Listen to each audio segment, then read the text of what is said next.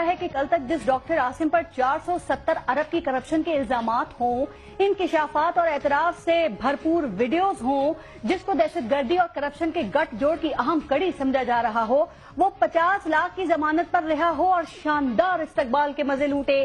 क्या कोई सोच सकता है कि कल तक जिस शर्जील इनाम मेमन का नाम करप्शन की अलामत के तौर पर लिया जाता रहा हो, वो 20 लाख की जमानत पर खुद को मजलूम साबित करे और झूठे इल्जामात पर हुकूमत को आड़े हाथों ले?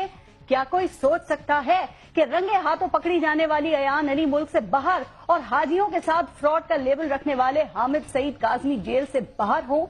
क्या कोई सोच सकता है कि आसिफ अली जरदारी साहब ईंट से ईंट बजाने का ऐलान करके जाएंगे और दोबारा आके तख्ते लाहौर की बुनियादें हिलाने की बात करेंगे?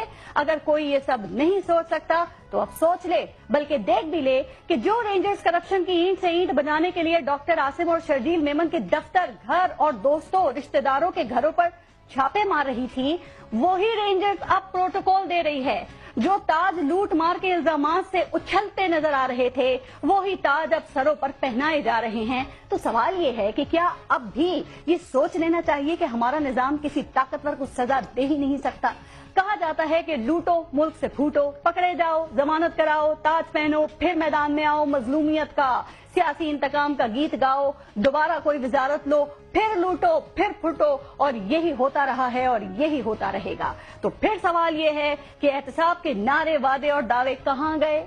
पाकिस्तान के सियासी निजाम से लिपटे हुए करप्ट लोगों को निशाने इबरत बनाने के अज़ाइम कहाँ गए? क्या ऐसी बातें सिर्फ इलेक्शन जीतने के लिए की जाती हैं? और अगर यही हकीकत है तो क्या एक बार फिर होने वाली इन बातों